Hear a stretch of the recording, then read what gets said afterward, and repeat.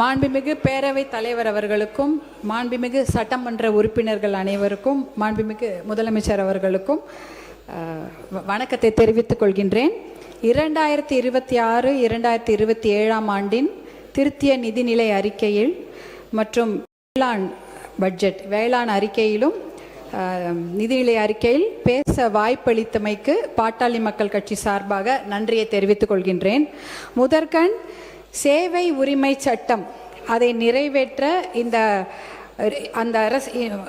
நிறைவேற்றக்கூடிய அந்த அறிவிப்புக்கு மனமார்ந்த வாழ்த்துக்களை தெரிவித்துக் கொள்கின்றேன்.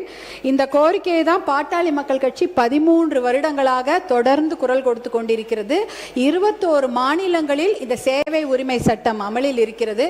இந்த சேவை உரிமை சட்டம் வந்ததுன்னா பர்த் சர்டிஃபிகேட்டு, டெத் சர்டிஃபிகேட்டு, பட்டா, இந்த இபி, ரேஷன் கார்டு போன்றவையெல்லாம் எளிதில் மக்களுக்கு போய் சேரும்.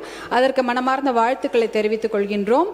அதே போல இயற்கை விஞ்ஞானி பெரியவர் நம்மாழ்வார் அவர்கள் பெயரிலும், சேவை செம்மல் அஞ்சலை அம்மாள் அவர்கள் பெயரிலும் விருதுகள் வழங்கி கௌரவிப்பதை மனமார்ந்த வாழ்த்துக்களோடு வரவேற்கின்றோம்.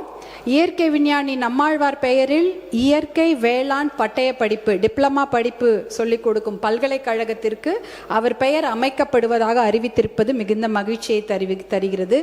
மகளிர் விவசாயிகளுக்கு அவர்களை ஊக்குவிக்கும் விதமாக பல நல்ல திட்டங்களை அறிவித்திருக்கிறீர்கள். அதற்கும் வாழ்த்துக்களை தெரிவித்துக் கொண்டிருக்கிறோம்.